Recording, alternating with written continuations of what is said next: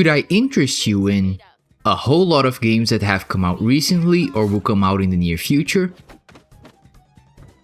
The Steam Next Fest is upon us once more. As always, I tried out a bunch of demos and picked out the best 22 I played to present to you here. Along with those, I also picked 5 more that weren't a part of the Next Fest, but that I felt were way too good for me to not talk about them.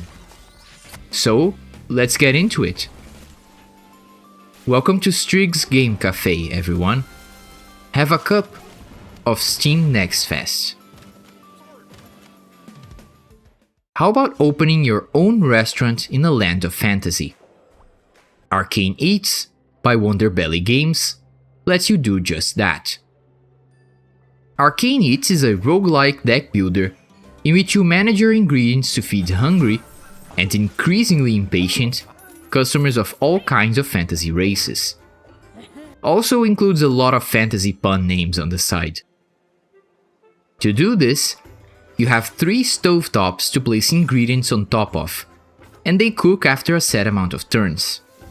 You can also stack ingredients on top of each other, so they'll satiate more of a customer's hunger. Once they're full, they pay up and leave. Sounds simple enough, but the customers can also deal damage with complaints, remove food from the stovetops, forcefully add cards to your hand, and other effects that complicate your service. Also, the typical roguelike functions like shops, discards, permanent buffs, and others can all be accessed interchangeably from the map before you open the restaurant each day.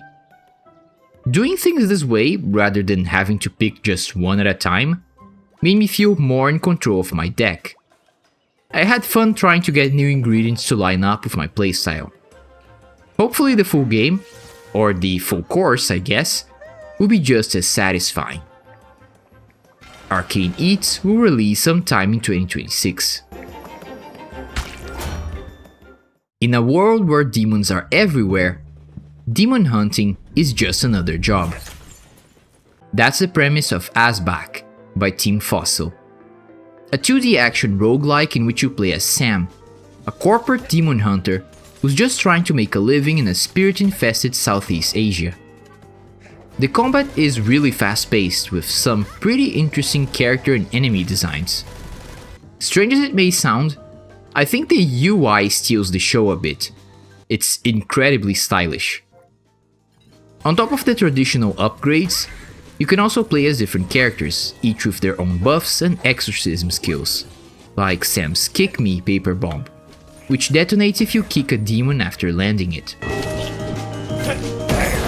Story-wise, there's both humor and hints of a deeper character-centric tale here. The tone almost sounds like an in-between of shonen and seinen manga in a way. Personally, I like it, and I hope the full game will lead to even more exciting, and hopefully well-paying, demon hunts. Asbak's release date is set to coming soon. Here's a fast-paced rhythm game with a story to tell. Asterika, Phantom Rose Refrain by Macarol is a bullet hell and rhythm game hybrid in which your goal is to move across a grid filling in squares. Every time you paint the whole grid, you get 1 mana point. And clearing a level requires a certain number of mana points. The mechanics are overall pretty intuitive, and I was able to get a grasp on them very quickly. Of course, things are made harder by different hazards that you need to avoid without missing a beat. They're conveyed really well visually, which helps. Asterika's aesthetics are vibrant, both in terms of the rhythm game and the cutscenes. Speaking of, I have to say it's a bit confusing to have to navigate between the play and story menu sometimes, rather than just having all songs be part of the main story in a way. Even so, the demo had just enough to intrigue me about the 3 main characters, Claire, Iris, and Vignette, as well as the mysterious phantoms and soul roses. I am pretty curious about the world building in this rhythm game, which I don't think is a sentence I say often. Asterika Phantom Rose Refrain, will release sometime in 2026. A once-in-a-lifetime festival is happening in town. Unfortunately, you're not invited. Bunderkin, the Ocular Eclipse by Studio Zubio, has you playing as BD, the outcast prankster Bunder Dragon. The game's a puzzle-heavy stealth action adventure, and your goal is to investigate the mysteries surrounding the Ocular Eclipse while trying not to be caught by the townsfolk that hate your guts. The game is set in a 3-day cycle, with a terrible fate befalling the town of Bunder Hollow. To prevent this, you have to learn the correct actions to take in each day. If this description and the stealth gameplay you're seeing on screen sound and look a little familiar, that's because they are. The game draws heavy inspiration from the stealth segments taken from Wind Waker and the setting and different masks of Majora's Mask. And it works. Mixing the time loop with stealth elements works in the game's favor, and the writing so far was silly in the right amount to me. I also love the aesthetics and character designs, even if I wish the game had more sound effects for different actions, like digging. Polish aside, the demo definitely made me want to explore Bunder Hollow, learn about its inhabitants, and maybe, just maybe, stop the apocalypse. The release date for Bunderkin, the Ocular Eclipse, is set to coming soon. Here's a game in which you bring color to the world with the power of music. Colorbound by Panpipe Studio follows the quest of Uncle, whose goal is to reunite his grandfather's old bandmates for a farewell song after his passing. To do this, Uncle collects paint and uses his grandfather's old zamponia to apply color to different objects and to the background, clearing the way for you to pass. More mechanics are introduced later on, like painting things blue so they're affected by gravity. The levels are really short, with each of them being a singular puzzle. Occasionally, you'll run into houses, and these segments are more about talking to different characters. Goes without saying for a game like this, but the art is really pretty. It was a really intuitive puzzle platformer, and the sweet storyline is the cherry on top. Sounds to me like this will be a beautiful game in many different ways. Colorbound will release on August of 2026. Now, I've played a lot of hand-drawn action platformers before, but I don't think any of them featured a cyborg duck as the main character. DekaDuck by Asterika Game Studio and Glauco Silva is a fast-paced action game that almost feels like an in-between of classic Mega Man and Mega Man X. Like I said, you play as the titular DekaDuck. Your goal is simple: traverse several planets to confront the galaxy's most wanted criminals.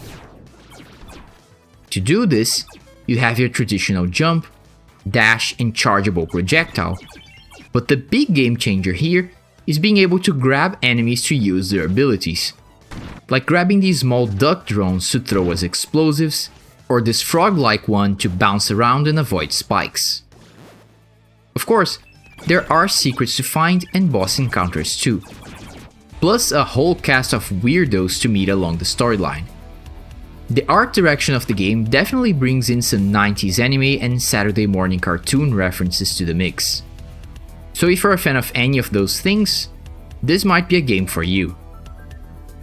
DekaDuck's release date is yet to be announced. Get ready. After many years searching and hearing whispers in the dark, it seems your fate has finally found you.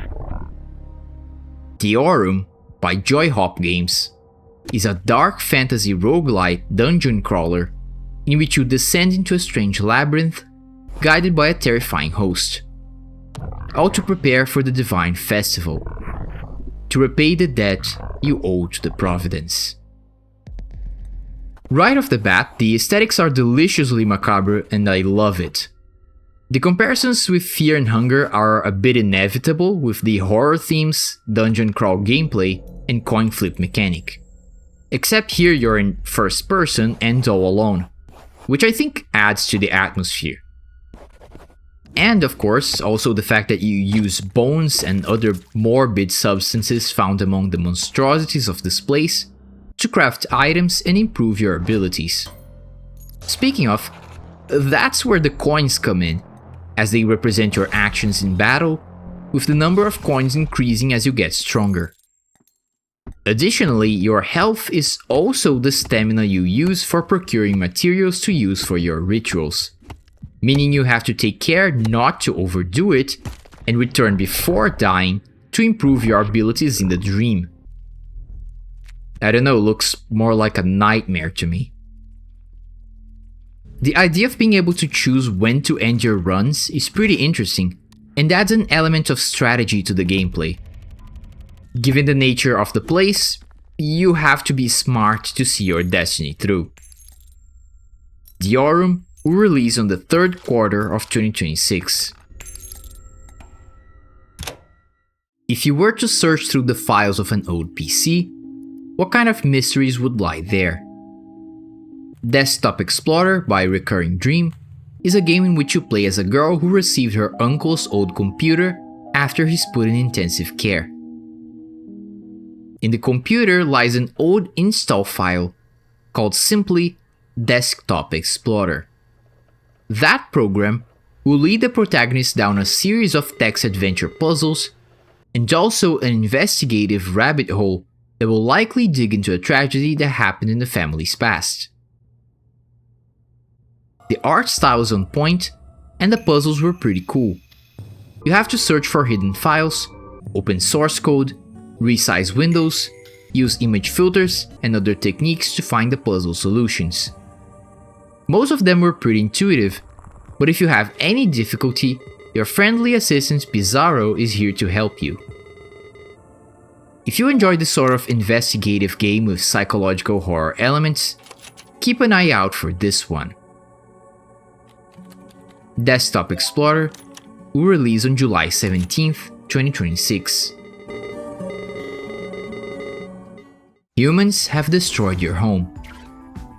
Now it's time to gather your alien armada and strike back. Dicevaders by Pengonauts is a roguelike deck builder in which you gather alien invaders and make them progressively stronger until they can decimate a planet. Different aliens have different passive effects, and your goal is to organize them into columns corresponding to different sides of the dice. Then, you roll the dice and the results activate the respective columns to calculate the power of your invasion. You can also alter the results or re-roll for optimal place, as well as buy new tiles to stock units and gather passive effects to make the bigger number become even bigger. The aesthetics and game feel are very pleasing. It's incredibly satisfying to watch all the combos and synergies stack up. I do wish the item to swap unit positions was a bit more common, but the game never gave me the impression of being unfair. There are plenty of units and items to keep your strategies fresh, so try your best to build that alien fleet and destroy those pesky humans. Dicevaders will release sometime in 2026. Here's a game in which you're an orc strategist, the smartest of them all. Probably not the best compliment if this is what you have to work with. Don't Kill Them All by Fika Productions is a strategy game with base building. As the newly appointed war chief, your goal is to conduct raids with your orcs to gather resources and grow your camp. Here's the problem though. Orcs simply cannot keep their own rage in check. Raids follow an isometric roguelike style of dungeon, while battles put everything on a grid. To win, you have to eliminate all enemies in a room to get materials. However, every orc has a rage meter that fills up during battle, as well as when they see their precious resources being destroyed. Once full, your orc warrior will go berserk, and if they all lose it, you lose your materials and your run is over. Your duty as their babysitter, effectively, is to win battles in ways that keep your orcs from destroying everything while trying to appease the orc warlord. It's a pretty fun game, and the aesthetics match well with the absurdity of the game's tone. So get ready for those raids, or else your head will roll. Don't Kill Them All will release in the final quarter of 2026. You wake up inside a train cabin with barely any memories.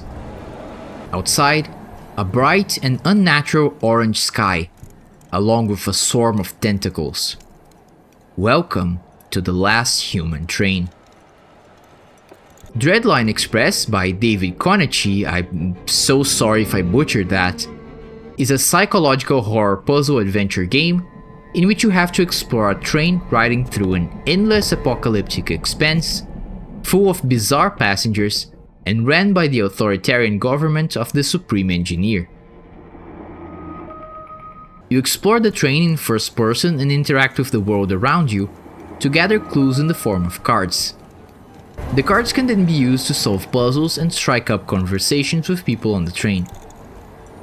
The main mechanic is an absolute show stealer.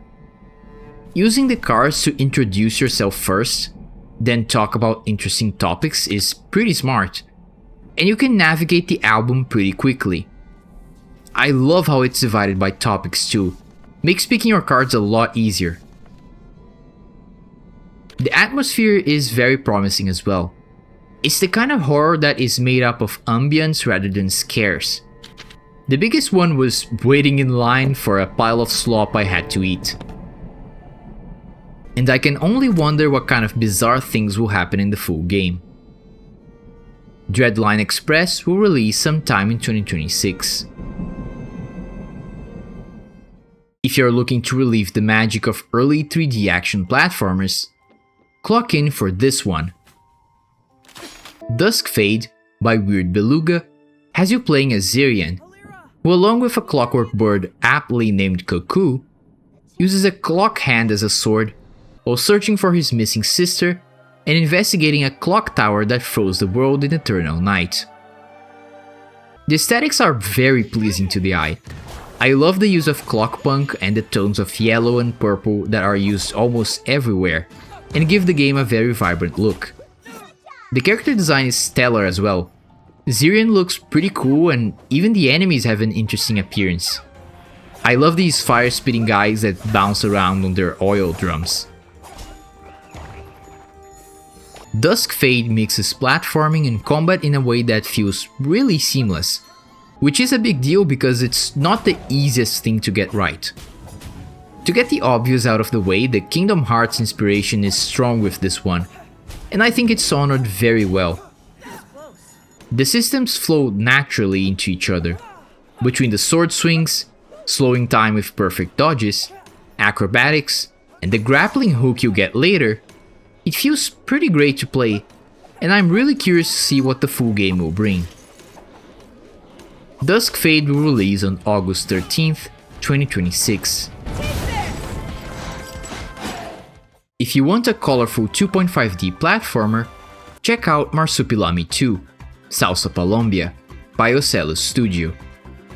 It's a fast-paced Donkey Kong Country-style platformer in which you control 3 Marsupilamis, Twist, Punch, and Hope, and use their unique abilities to traverse levels, collecting fruit and finding secrets to beat the Mummy Queen and her minions.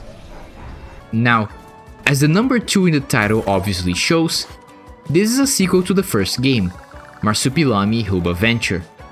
Since I didn't play that one, I will admit I found the characters switching a bit strange at first, especially because each of them has only one unique move, their double jump. Twist can do an air dash and a hover, Punch can turn into a ball to bounce around and resist spikes, and Hope has an actual double jump for vertical distance. I got used to switching after a while. It helps that it's seamless too. The controls are really tight and the level design makes the abilities fun to use. I like this chase set piece in the third demo level a lot actually. It gave me Escape from the City vibes. And if the full game has more of these, then it will be a really solid platformer. Marsupilami 2, Salsa Palombia, will release on September 3rd, 2026. Do you like 2D platformers? What about 3D platformers? Well, why not play both at the same time? That's the premise of Screenbound by Crescent Moon Games and Radical Forge. Screenbound has you moving and jumping around in a 3D environment from a first-person perspective, with the player character having to find his mom inside a video game-like world. The twist is in the invention she left behind, the Q-Boy, a Game Boy-like device that allows you to perceive objects that only show up in the second dimension. This can range from coins, obstacles, and even hidden doors that lead to collectibles. It's a very creative use of its 2 plus 3, maybe 5 dimensions.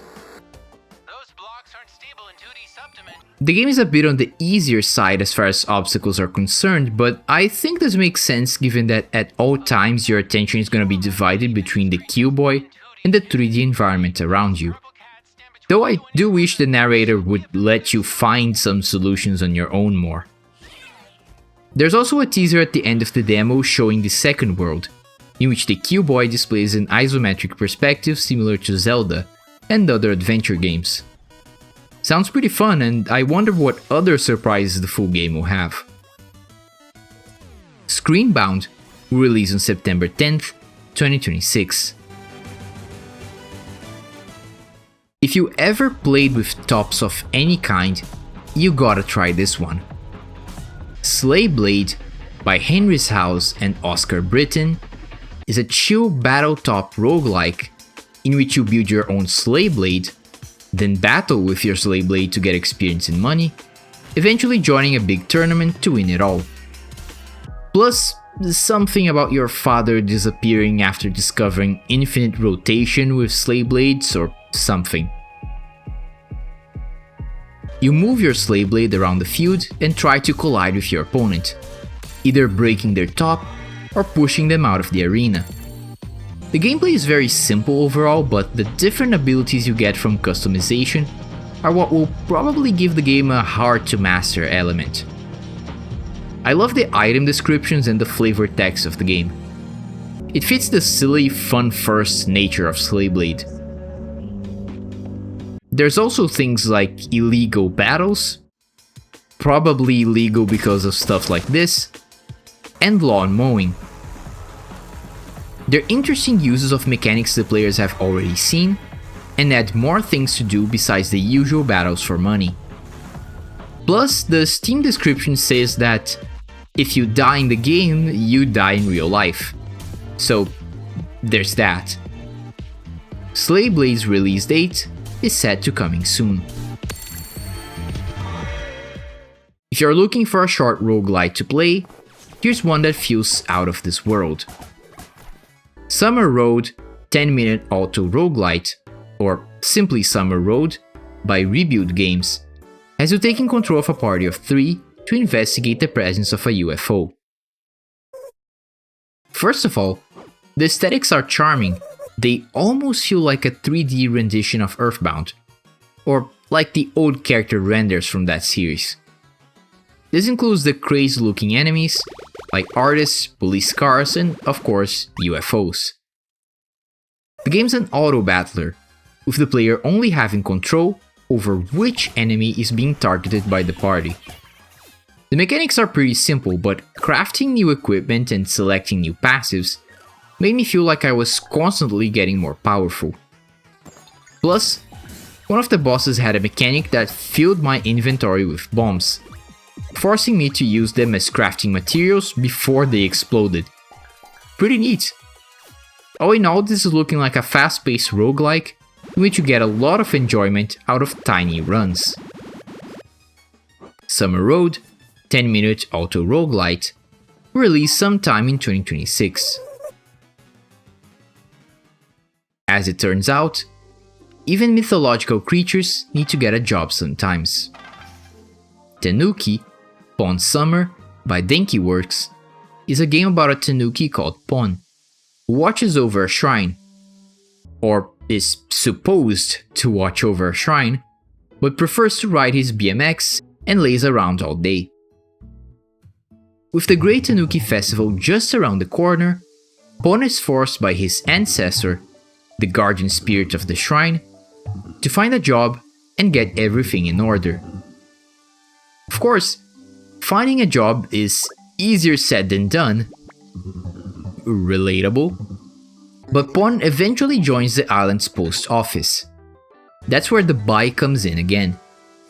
Riding it feels really smooth, if a bit slow, but the town is your oyster when it comes to executing all sorts of tricks and finding new ways to navigate each turn.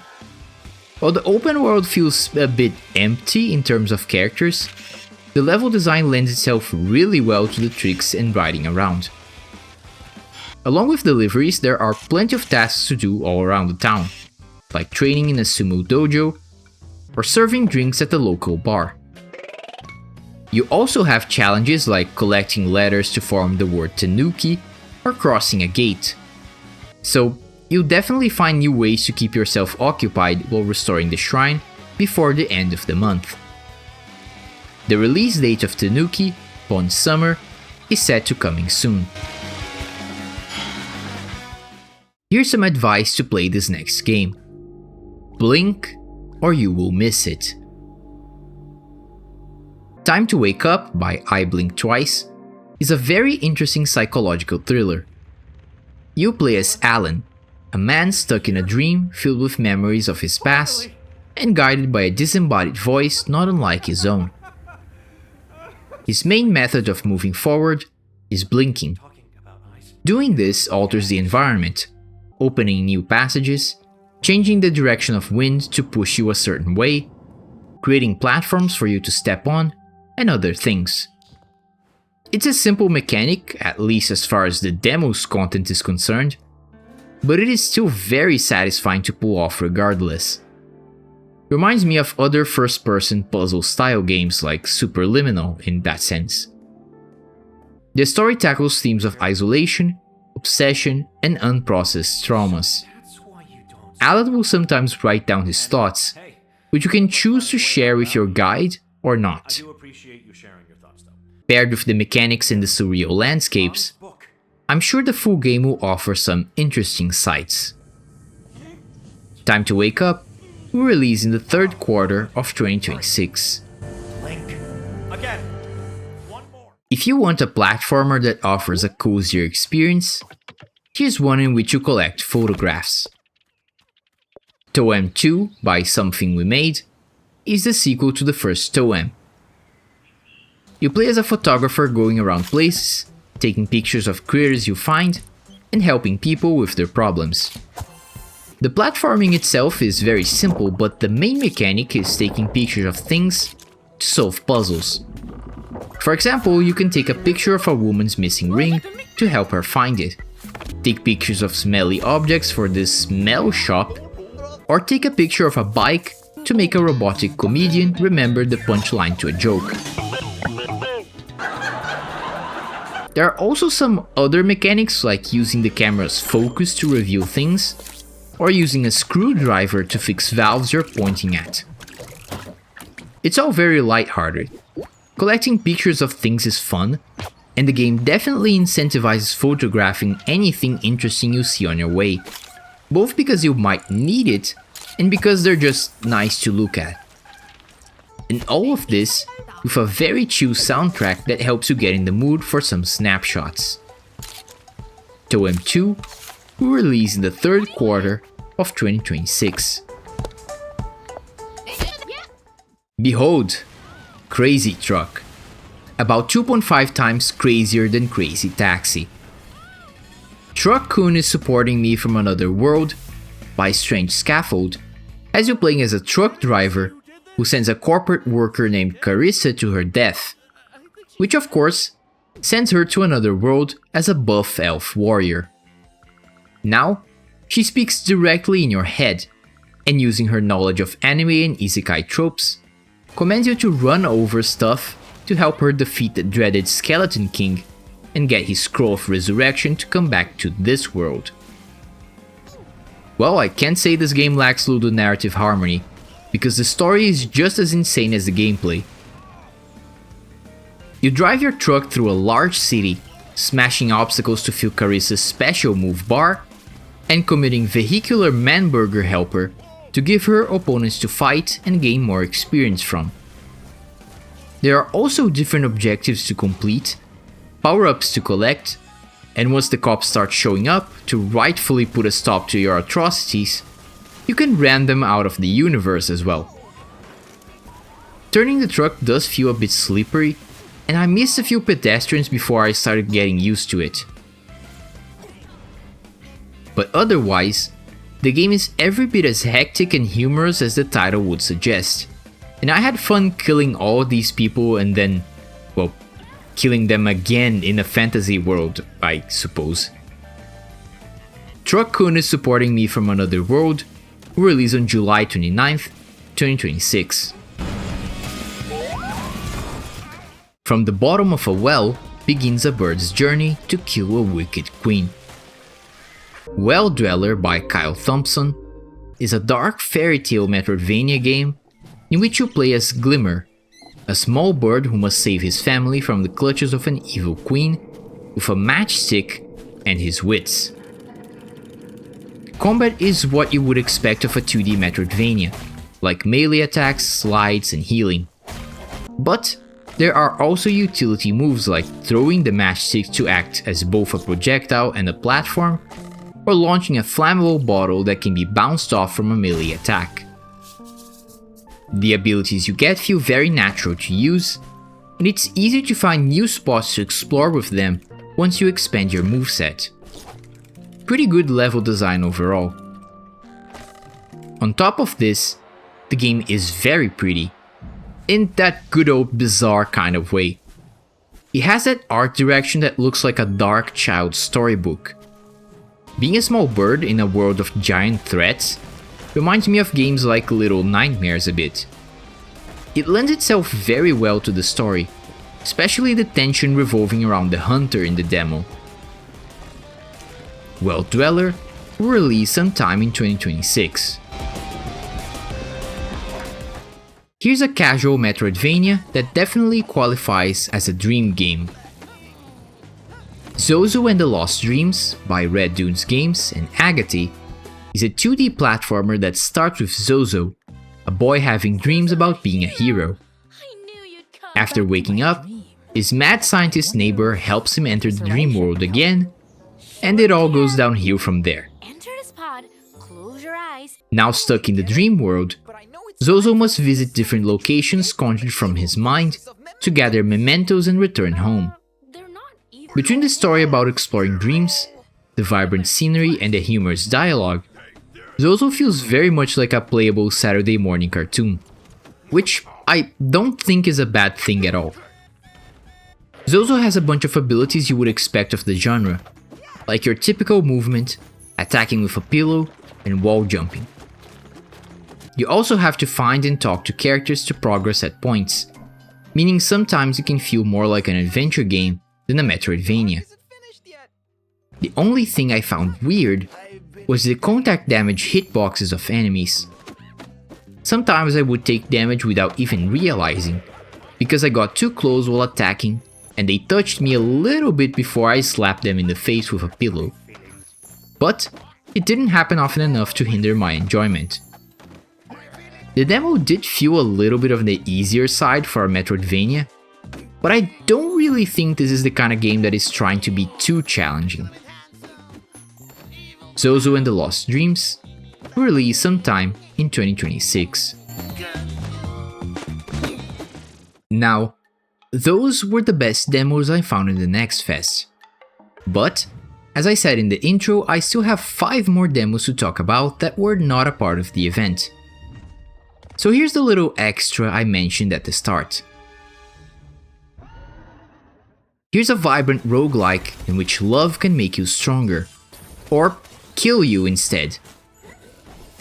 HellHeart Breaker by Battle Brew Productions is a roguelike in which you awaken in a hidden room inside the bathhouse of a city in the underworld, with no memories and some apparent tie to a prophecy. As a newcomer to the city, you need to contact the 7 clan scions that rule the different races, like a Kitsune, Oni, Naga, and others. Each scion is a monster girl you can romance, and dating them also enhances your abilities for when you are out on the city outskirts. The girls you don't date, on the other hand, will appear as bosses later on. Combat is fluid and there are multiple weapons to try out, like swords, bows, and hammers. Combined with the different skills you can acquire, color-coded to match a certain scion, the result is a nice variety of builds. Making progress also lets you collect materials to decorate your room and go on more dates. The dating sim part only has a few aspects present in the demo, but they already give an idea of the perils you will face outside of battle. For starters, you have the opportunity to buy food for one of the girls whenever you come back from a run. Thing is, they'll never tell you what they want directly, so it's up to you to figure out based on their current cravings. And yes, you can absolutely get it wrong. Also, I feel obligated to say that even if the girls are pretty, the C page straight up says, no, you can't fix her. I don't think that's gonna stop players from trying though. HellHeart Breaker will release in the second quarter of 2027. Here is a deliciously weird 3D platformer to take you back to your childhood. Kami Quest, Enter the Imagynasium, also known simply as Kami Quest, by Kami XP and Infinity Garden Interactive, has you playing as the Dalmatian Sabbath. You explore the Imagynasium, a giant castle populated by spirits, with each of their rooms reflecting their nature. The demo lets you explore the first one, Oblio's Grove, a forest in which the big bird Oblio resides. You then complete a number of objectives, fight bizarre-looking bosses, and collect keys to progress the game. Got it, dude. I like how Sabbath gets stuck in this pose until you press anything. For a moveset, you have a double jump, an air dash, a spin attack, and a ground pound. Simple but fluid. It's all the game needs, really. Some strange collision issues here and there, like the spin attack being interrupted if I got too close to breakable boxes, which I also think shouldn't float in the air like this, to be honest. Kinda makes them a pain in the ass to break. And this moment where the game treated the boss as a wall. Overall though, it feels great to explore and get lost in this bizarre utopian scholastic inspired world. I wonder what kinds of places the Imagynasium will take you to in the full game. The release date of Kami Quest, Enter the Imagynasium, is yet to be announced. Deep inside a land of fragmented dreams and memories, you have to fight to save a lost friend. Memoria Wake by Team Crescendo is an isometric Metroidvania Souls-like that makes you fight nightmares of the past with nothing but an umbrella. Combat's very on brand with attacks, dodges, parries, and a few special actions like healing and projectiles. If you like Death's Door, this game will definitely scratch that same itch. My only issue is how your only projectile, the water gun, forces you to stay still while the shot is charged. The story made me very curious due to the themes of exploring the protagonist's memories through dreams. Enemies and NPCs are childhood toys, the first dungeon is a kindergarten, the first boss is a former neighbor's cat, and maybe I'm a bit biased since I loved toy trains as a kid, but I enjoyed walking through these tracks and wooden blocks. Memoria Wake's release date is set to coming soon. In a silent and colorless landscape, can you find your beloved again? Or will this world break you? Prison of Husks by Glasshead Dolls is a Souls-like with retro aesthetics that places you in control of a doll looking for her beloved. You traverse these eerie locations full of shortcuts and secrets, while also engaging in battles that will certainly match the taste of Souls fans. Parries were pretty easy to execute compared to other Souls-likes I've played, but I don't think I ever managed to break through an enemy's defenses, especially with how some foes don't suffer as much hit stun, and how your initial stamina is, well, not a lot. Though you'll probably be able to upgrade that in the full game.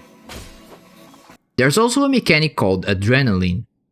Basically, the more you perform actions in combat, the more damage you deal, and the more health you regenerate.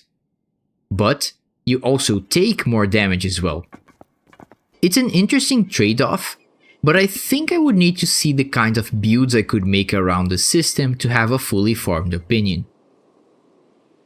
For exploration, the demo area isn't that big, but there are some interesting finds, and helping NPCs, the few friendly faces you can find, will also be important according to the Steam page. The developers are pretty active, and I will be watching their progress very eagerly. Prison of Husks will release sometime in 2026. Here's a game for fans of fast-paced action games. Rin and the Thread of Life by Innombrable is a 3D Metroidvania that puts you in control of the eponymous Rin, a ragdoll born from the last part of the Thread of Life. Her goal is to destroy 5 wicked dolls and eventually confront the witch responsible for fragmenting the thread. Combat includes light and heavy attacks as well as projectiles, dodges, and heals. I think my only issue was changing my lock-on during fights with a lot of enemies, but otherwise it works pretty well. I also do wish the QuickTime events for enemy executions had their inputs placed closer to the middle of the screen rather than the edges, as it would help focus on a single point. The platforming isn't left behind either. You will operate levers, destroy pins, push and pull obstacles, get through gates before time runs out, and probably much more. It feels fun and natural. Finally, the aesthetics and character designs are really nice, with almost everybody being some sort of toy or doll. The character writing is pretty solid, and you can even find out some backstory for the first of the wicked dolls if you explore the demo area well enough. If the developers keep this up, I think this could be a real gem. The release date for Rin and the Thread of Life is set to coming soon. So here we go, 27 demos you should try, and 27 games to look forward to. No part 2 or top 10 this time. I'm trying to rework my schedule for the channel, and I think a shorter list of games might help me. Still, as always, good luck to the developers of all these games. My name is Strig, and thank you for your patronage. If you're leaving already, please consider giving a tip in the form of a comment and a like. And if you want to come back, don't forget to subscribe and ring the notification bell on your way out. Thank you for visiting Strig's Game Café.